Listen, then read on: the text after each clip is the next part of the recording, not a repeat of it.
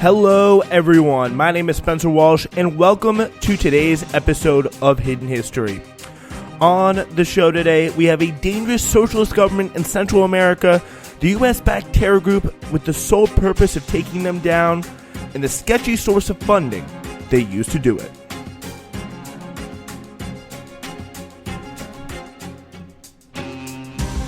That is right, ladies and gentlemen. On today's episode, the penultimate episode of Hidden History Season 4, we continue our 4-part special on Nicaragua. And it may be a little bit beneficial to refresh your memory about the story and when we were in it, but on today's show, we are delving into the funding. We are delving into all things Contra, specifically how the CIA was able to ensure that certain elements of the operation remained funded even when Congress wasn't being as forthcoming with their humanitarian aid packages as the Reagan administration would have liked. They kind of had to, find a way around that, work their way around it, and boy, were they able to. But maybe, of course, a little bit beneficial to refresh your memory about the story and where we were in it. The Somoza dictatorship, as you remember, dominated the first half of the 20th century in Nicaragua. The U.S.-backed regime became increasingly despotic, funneling all wealth toward their family and suppressing all political dissent with the U.S.-backed paramilitary force, the Nicaraguan National Guard. In 1979, they were overthrown in a Cuban-style revolution by the FSLN, Socialist Liberation Front, and attempted to secure their own political destiny. The U.S., however, disturbed by their redistributive and openly Marxist policies, a big part of which were trying to get the same thing to happen in their neighboring countries, which also just so happened to be largely controlled by U.S.-backed dictatorships. So they were pretty unhappy with what the FSLN had going on. So they began to use the CIA to funnel money and resources to a group of elites and others, former members, a lot of them, of the Somoza National Guard, which, if you remember from the last episode, the first episode of our series, was on the verge of trying to bomb out a city in Nicaragua once it had been originally taken over by the rebels. So again, these National Guard folks, not good people, but the CIA hired this guy who we'll get into him a little bit later, but hired this guy to essentially form up this Nicaraguan resistance group, the counter-revolutionaries, or the Contras. To Ronald Reagan, one of the biggest supporters of the group in the United States government, they were the moral equivalent of the Founding Fathers. To everyday Nicaraguans, especially the peasants and the indigenous, they were terrorists willing to rape and murder and harass and intimidate anyone suspected of receiving support from the government. They operated from the jungles of neighboring countries that were more friendly to the United States and their dictatorial aims, and they launched raids on some of Nicaragua's poorest villages, which needed FSLN programs like illiteracy support and access to healthcare the most. The goal was to reduce the legitimacy and effectiveness of the Sandinista government as much as possible so that they could eventually be overthrown. Again, this was all organized by the United States, specifically the CIA. Although there was one aid package for quote-unquote humanitarian aid. Again, if you imagine the Contras are doing humanitarian aid, I have a nice waterfront property in Nebraska to sell you. But they approved a package of humanitarian aid during the Reagan years, I believe 2 or 3. One was around $100 million. But the new evidence shows that the vast majority of critical support to the Contras provided by the United States came under the table from the CIA, came unofficially. So the big question was, how was this support, both material and financial, able to make its way to the Contra front lines? And that is going to be the main subject of this episode. We are going to, for you, lay out this Contra support network, who kind of started it, who kind of continued it, and who really supervised it all along. And it turns out this, the origin of that support, how that support network eventually was able to kind of fan out, that was also a pretty central subject for a journalist by the name of Gary Webb. Webb worked for the San Jose Mercury News in the late 1990s, and on August 22nd, 1996, Webb published the first of 3 blockbuster reports on his findings. The series, called The Dark Alliance, laid out an incredible answer to the question that was pretty succinctly explained by the thesis, or the lead, of his first article.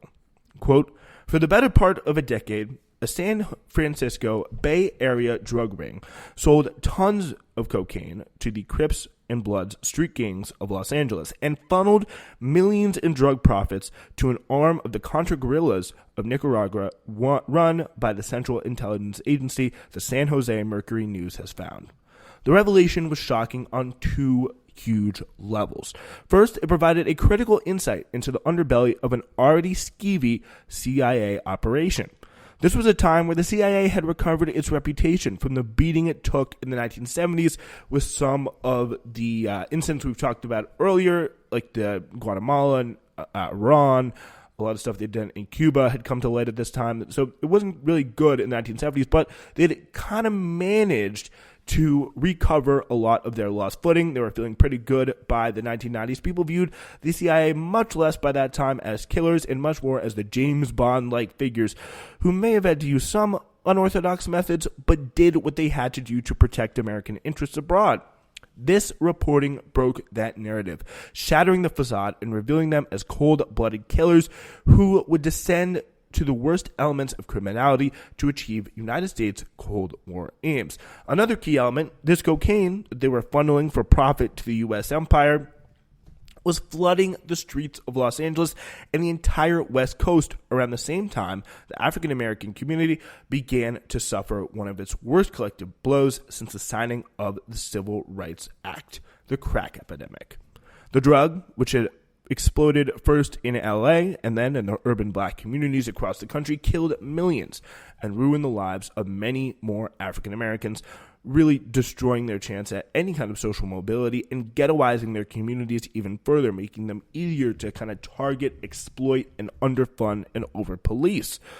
Of course, speaking of policing, the government used that epidemic to justify a brutal crackdown on black communities, and the surge of mass incarceration that followed ended up locking up many of the black men that crack couldn't get, even extending the sentence for crack relative to powder cocaine to keep members of the black community incarcerated for longer. These mandatory minimum sentencings and the powder versus smoke disparity was a big part of the war on drugs, led by pretty much all of your favorite politicians from that era, and including a few that have survived to this era. Some, by the way, are in the Oval Office right now.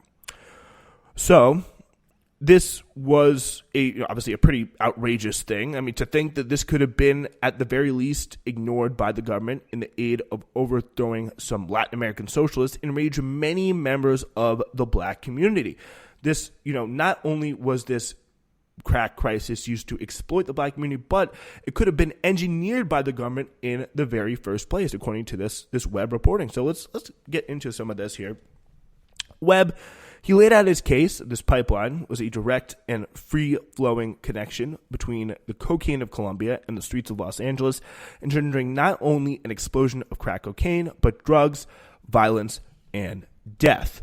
This is really kind of the rise of some of these street gangs that we've seen at the time that really became famous in the 80s and the 90s.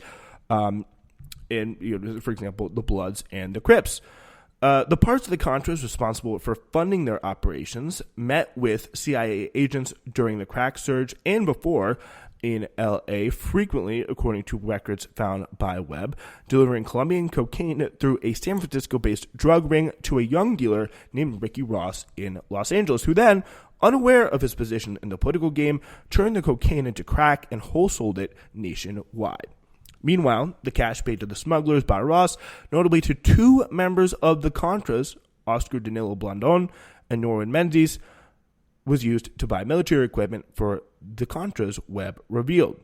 He pointed out how the Contras, who he provocatively really, but accurately called the CIA's army, changed the game in LA by bringing cocaine to people who previously never would have been able to afford it. And the LA street gangs using the massive profits they received to arm themselves and spread crack throughout the country. Danilo Blandon, a relatively low-level Contra figure but leader in the Contra's crack for guns and cash scheme, testified the CIA agent in charge of the FDN, or the Contras, that was the Spanish name for them, by the name of Enrique Bermudez, told him not to worry because, he said, the ends justified the means. The ends, of course, being the destruction of the Los Angeles black community, justifying the means of the overthrow of the Sandinistas. Blandon, who is a witness for the Justice Department in a separate cocaine trafficking case by the name of Rick, for Rick Ross at the time when he was eventually put in a sting operation. We'll circle back to that later. So again, Rick Ross being tried, the LA dealer being tried, and Blandon, who was a witness for the Justice Department in that case, wanted his lawyers to delve into ties to the CIA as a possible defense.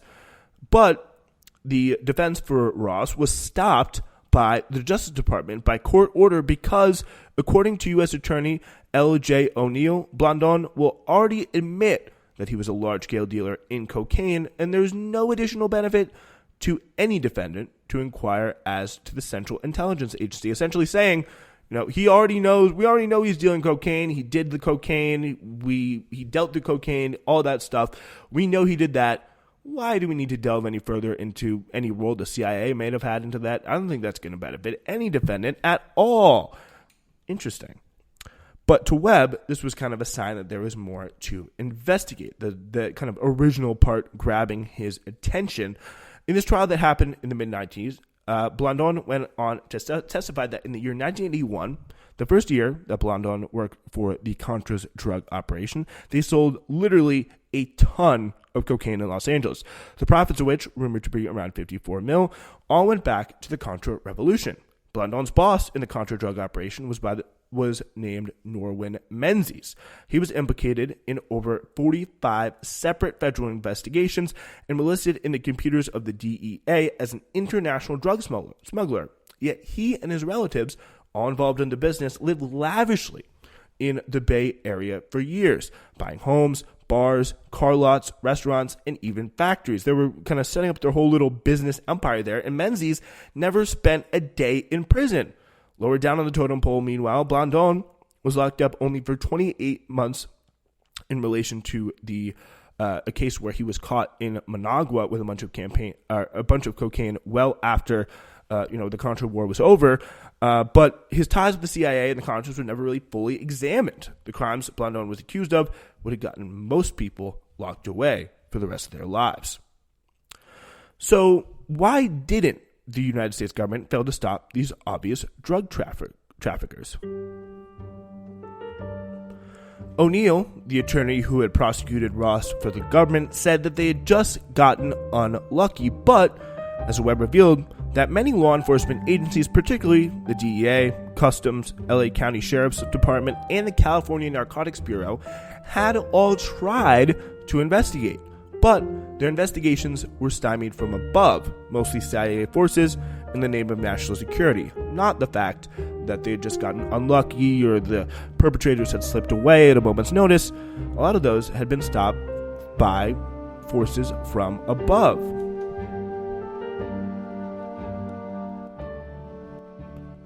Even the Senate, reports Webb, ran into some trouble with their investigation.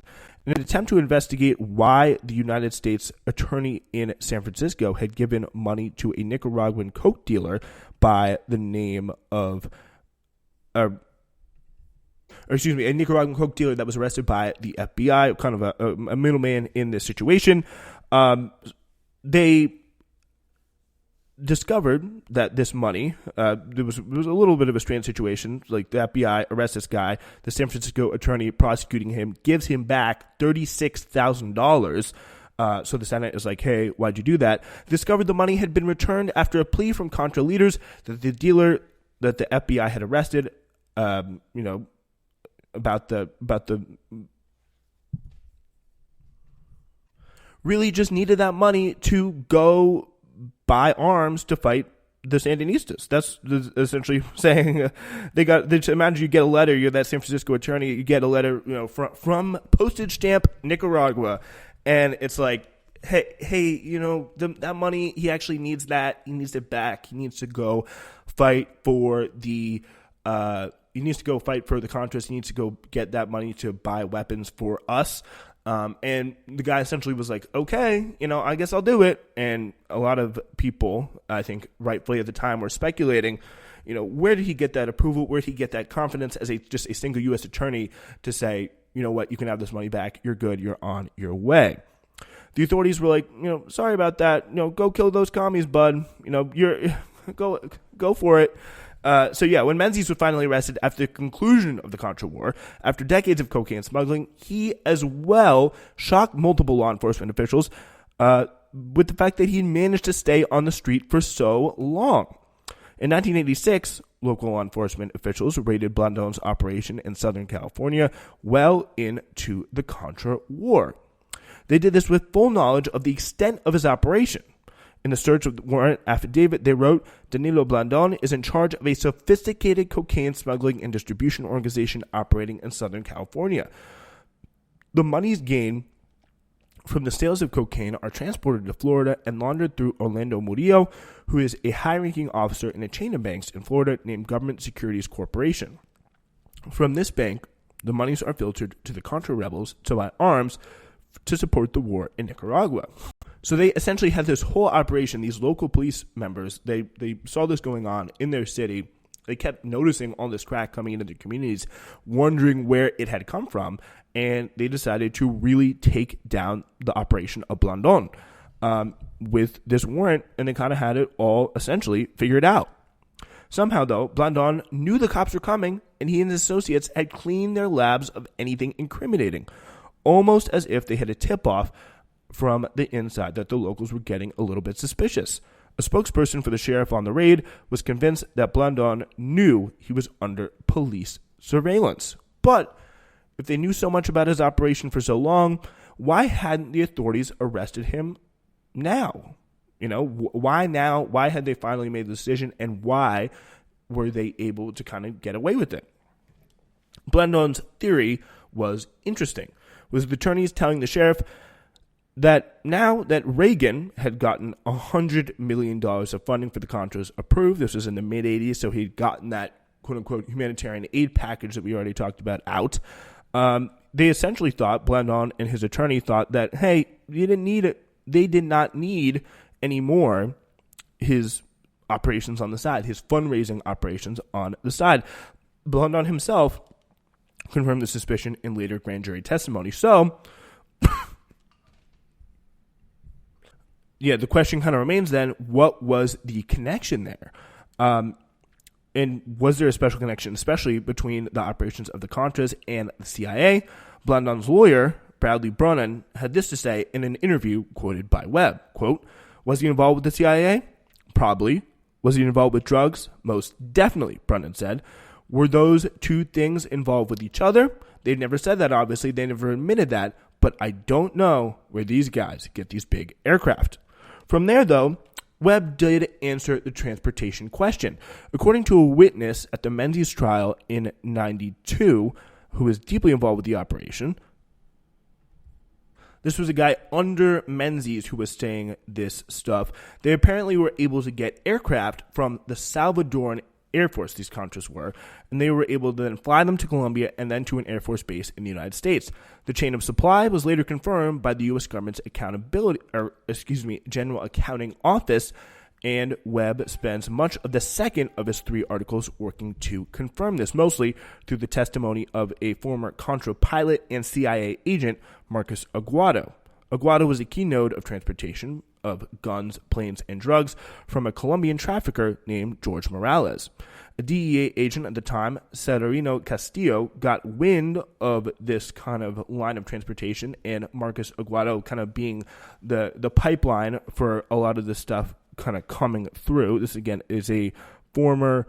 This is a guy who is a pilot, a former Contra pilot, and somebody who was also tied to the CIA.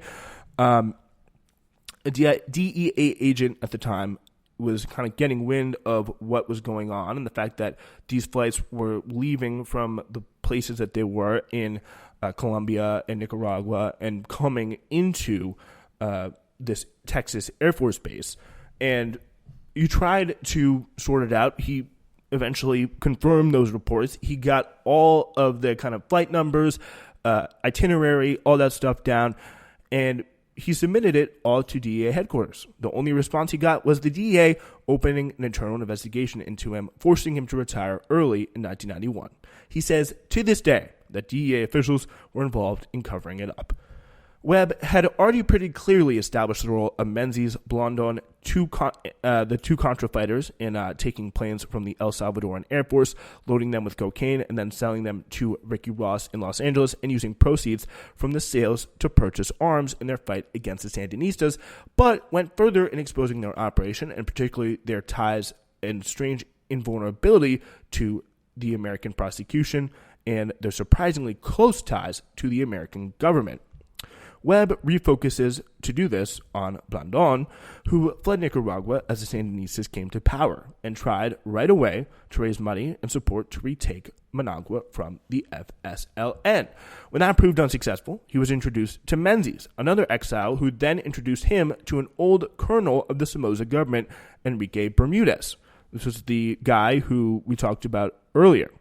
He had been really hired to pull together this disparate thread of all these kind of members of an anti-Sandinista coalition. He pulled them together into an effective Contra force and received payments for doing this and for coordinating this Contra force up until the end of the Contra War, when he's assassinated in 1991 from the Central Intelligence Agency. He was on their payroll regularly the whole time. This remarkable connection between the CIA agent in charge of leading the Contras and liaising between the Nicaraguans and the Americans, and the two men most closely connected with the whole Contra cocaine operation, was one of the most outrageous revelations of the whole series. Again, so this was a guy who, met with Menzies, was closely tied with Menzies, who was an established drug trafficker. And of course, Menzies was right there with Blandon. So, and Bermudez was, again, the chief guy, the top guy for the CIA in the situation, really making that connection of at the very least, complicity, at the worst, obviously, actual facilitation of the drug trafficking, really making that connection clear. So Blandon testified that Bermudez didn't know that Blandon and Menzies planned to, fundraise for the army by selling cocaine, but this is kind of called into question by the fact that Menzies had a reputation, literally, as the king of drugs in Nicaragua. That's what it was called in the newspapers. And that Bermudez served under the Menzies brothers in the Somoza army. They perfectly knew quite well what the Menzies were about. It stood to reason that Bermudez, someone who was in deep coordination with the CIA, hired by them to lead the Contra army, knew perfectly well how Blandez and Menzies planned to fundraise. But the fundraising was more important to top U.S. officials, at least, than any efforts to stop drug trafficking. Menzies was welcomed to the U.S. after the Sandinistas took control as a political refugee right alongside Blandon, despite many law enforcement agencies labeling the guy as a major drug trafficker, and instantly set up the intensely profitable cocaine operation that powered the Contra War. Webb really gets into details about how they struggled to originally market and sell what was at the time a very expensive drug to very poor people in the inner cities of Los Angeles, and how they worked with street gangs to turn the powder into cheaper, more densely powerful nuggets of crack cocaine. This was such a game changer because you no longer needed to sell it in such large and expensive quantities. All you needed was $20 and you were pretty much wasted and hooked. Through community connections, the Nicaraguans found their street man in Ricky Ross, who eventually began to pump $3 million of crack a day into the city, and it picked up especially when Ross was finally linked up with Blandon, who was able, due to his inexhaustible supply, sell the crack at dirt cheap prices, eventually making him the only game in town. Ross had no idea how the supply was obtained, though, and wouldn't find out until much later when the law caught up with him and the crack epidemic had caught up with much of the urban black community. Webb also went on to detail the disproportionately negative effect crack had on black people, from disparities in sentencing to the way that Ross, a high school dropout from the inner city, and Blandon and Menzies, two connected Nicaraguans, and how they were treated by law enforcement, but he concluded by drawing a firm connection between the CIA and the whole Contra cocaine operation. He circles back to that local raid on Blandon's operation and the search warrant that laid out that whole operation. Remember talking about how first it goes from El Salvador, then goes to Colombia, then goes to Ricky Ross, and goes to the airport base in Texas, then goes to Ricky Ross. The funds of that go to the Orlando Murillo guy in Florida, and that goes back to Nicaragua, and they buy weapons for their war. That whole warrant that laid everything out was a big part and something that really caught Webb's interest. So Webb found this court filing written by the guy who executed the search warrant in a later case involving the guy, this deputy, Daniel Gardner. And the deputy had found a suspect at the raid who himself claimed to be a CIA agent, even urging the officers executing the raid to call Langley to confirm. The officers on the scene allowed the man to make the call, but then, 48 hours after the raid, Gardner said the CIA showed up and took away all the documents related to the raid, including those showing the presence of the agents and the connections to the CIA. When the deputy who had secretly copied some of the removed documents tried to bring them up in a later court case, he was hit with a gag order and corruption charges. Even internal records of the raid inside the sheriff's department mysteriously disappeared around the same time the files were taken. The officer alleged to Webb that agent was named Ronald Lister, a former Laguna Beach police detective who assisted in the drug ring with Blandon, according to the officer who, to Webb, remained anonymous. Webb ends the piece about the connection to the CIA with two subtle notes of confirmation. Lister was arrested in 1991 for cocaine trafficking, and records show that a likely front security company run by the alleged CIA agent Ronald Lister was also run by Blandon, and one of their main jobs was doing work at an El Salvadoran Air Force base in the 1980s. Again, El Salvador being one of the original nexus points for the airplanes that would eventually take the cocaine from Colombia to Texas, where it eventually, again, would be sold to L.A. and Ricky Ross, the extreme profits of which would then be used to fund the Contra's war on the Sandinistas. The release of these damning supported allegations from Webb caused a firestorm in the press, especially in black media companies. An article from The Intercept described in detail, by quoting a release document from inside the CIA, the, quote, nightmare, unquote, they reviewed the release of this story as.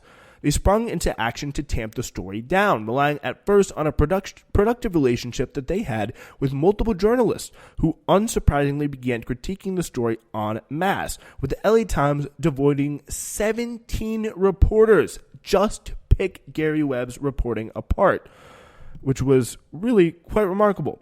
Their big critiques essentially boiled down to the fact that the story graphics made the story look slightly more dramatic than it actually was, and that Webb had failed to put the fact that he did actually reach out to the CIA for comment and they declined. He just forgot to put that in the story.